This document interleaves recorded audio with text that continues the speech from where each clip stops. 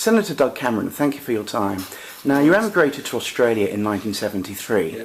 Can you tell me a bit about your younger years in Scotland?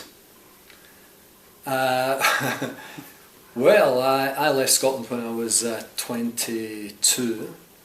I was born and brought up in a place called Bellsill, which is just outside Glasgow. It was a mining, engineering and steel town. I was pretty hopeless at school, wanted to get out of school as quickly as I could. Became an apprentice fitter and machinist. Served my apprenticeship, and the first job I had as a tradesman was in a company called Watson. They sold up their Scottish facility, moved back to England, and I ended up working shift work in the steel industry, and decided there had to be a better life than being a shift worker at Stewart and Lloyd's in Moss End, and talked it through with my wife, and we had a young kid, and we decided to come to Australia. And did you fly or take the boat? We flew. I had no money to take the boat. It was to get here quickly as possible, get a job, and to be able to survive. Was it what is coined the £10 pond scheme? No, I never would admit to being anything associated with a POM. It was a £10 Scots scheme. When you first came, you came to Sydney, didn't you? I came to Sydney, yes. I was in the migrant hostel at South Coogee. Was in Sydney for I think a couple of years, and then moved up to a little town called Musselbrook in the Hunter Valley. I worked up in the Hunter Valley as a maintenance fitter at the power station, Liddell Power Station. And what were your first impressions of Australia? How did you feel you were treated? Oh, I've always found I was treated pretty well, except that when I first came here I didn't have an Aussie accent like I've got now, and I worked at Garden Island Dockyard, and that had every nationality under the sun, and I was working with a Greek fitter on one of the ships, and we had this thing called smoko, which is your tea break, and at smoko I could see this pained expression on George the Greek's face, and he said to me, "Doug, why you no speak good English like me?" And I thought, we're in real trouble here. And I went home that night and I said to Elaine, I don't think we're going to do any good in Australia. Nobody can understand me. So were there any times you seriously considered going back? I don't think so, no. You know, we had decided that Australia was a place for us. I think we'd made our mind up, and you know, the weather in Bellsill wasn't the best, and you know, when I came, one of my first jobs was at Garden Island Dockyard, and I just thought it was something completely different, this beautiful harbour. I was working under these blue skies, and then I ended up in the bilges of the ships. But that was a bit of a take back, but that was good. We just liked it. We struggled, like many migrants, we struggled pretty hard. But we got through it, and it's been good. You were talking about the migrant hospital, well, the hostel at the beginning. You hear mixed stories, some were pretty tough. Was yours pretty easy going? We were in one of the modern hostels. It was at South Coogee, you know, and obviously you were 15 minutes walk from the beach. You were in you know, really nice area of Sydney, an area that I couldn't afford to live in, by the way. So when I left the hostel, I had to move up to the country, or the bush as they call it here, to be able to, you know, make a living and save some money. But yeah, I stayed in the hostel, and the hostel was good. It was a good start. At what stage did you get involved with trade unions?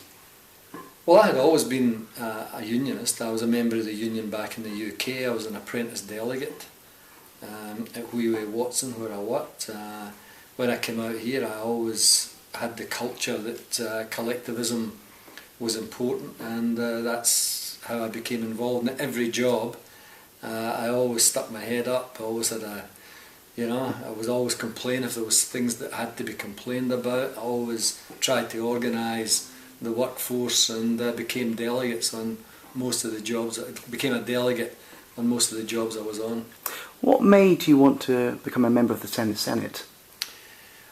Well, I'd been a union official for 27 years. When I left the power station, I became a full-time union official, and I was an organiser, and I worked my way through the ranks and was elected finally as the National Secretary of the union.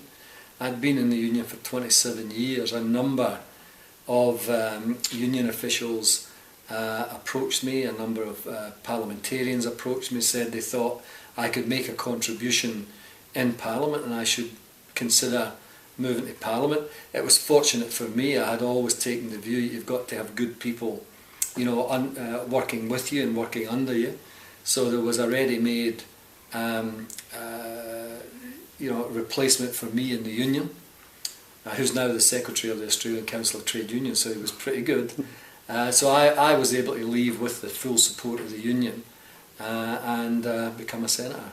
And at that stage, did you identify as being Scottish Australian, Scottish or Australian? Well, I'm fortunate enough to have two homes. You know, I've got my home here, which has been the home most of my life. You know, but you've always got another home, and that's Scotland. I'm very fortunate to have two homes. So, what do you love most about living in Australia? Look, it's a great country. And I've been very fortunate to be able to become a senator. That's mainly, I've got no illusions, that's mainly because of my involvement in the trade union and the profile I had as a senior trade union official in this country. I think I've still got a bit of a profile here as a senator. I took the view that there was lots of voices in Parliament for big business, lots of voices for vested interests, and I wanted to be a voice for working people, and hopefully that's what I am. What issues have been closest to your heart? There's a range of issues that they're just never ending. For instance, maintaining a manufacturing industry in this country, being able to make things in this country, maintaining a broad base, not becoming simply a quarry and a farm and a tourist destination. The other areas that I've been involved in, I'm chair of the Environment and Communications Committee. I'm a member of the Economics Committee. So they give you a range of issues to get your teeth into, and they are all issues that have got some relevance to class and making sure working people get a fair go. So it's very enjoyable and it's very fulfilling. What do you miss most about Scotland? Probably Scottish pies and the well-fired rolls and family and friends. Do you go back regularly? I've been back a few times, yeah. It was too cold for me in the winter. I can imagine. But so no regrets about moving here at all? No, I've got no regrets. No, I've got two fantastic daughters. They've both got good careers, and I've got two grandchildren here. It's been really good, and I see my nephews and nieces and starting to move to Australia, and that's good. You just mentioned your relatives moving here. So what advice would you have for any British people who are saying, should I move to Australia or not? Well, don't think it's all peaches and cream. It's not. As a migrant, you can face some pretty tough times, and financially, it can be tough. For instance, when I was working in the power station, I was involved in a number of major disputes. I think one year I earned $8,000.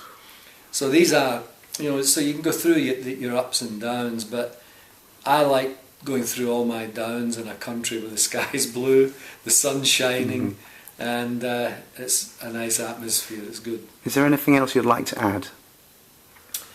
Well, if anyone's considering coming to Australia, I think it's a great thing to do. It's great for kids. I think the kids' lifestyle here is fantastic. That's not to put down the UK. England's a different story, but the UK is a great place as well. It's just got a different climate. The climate's good. The politics are good here too. In terms of progressive politics and understanding the need to look after working people, and some of that's disappeared a bit over time, but I'm trying to maintain the rage over those issues. And one last question. Do you ever wonder how your life would have turned out if you hadn't emigrated?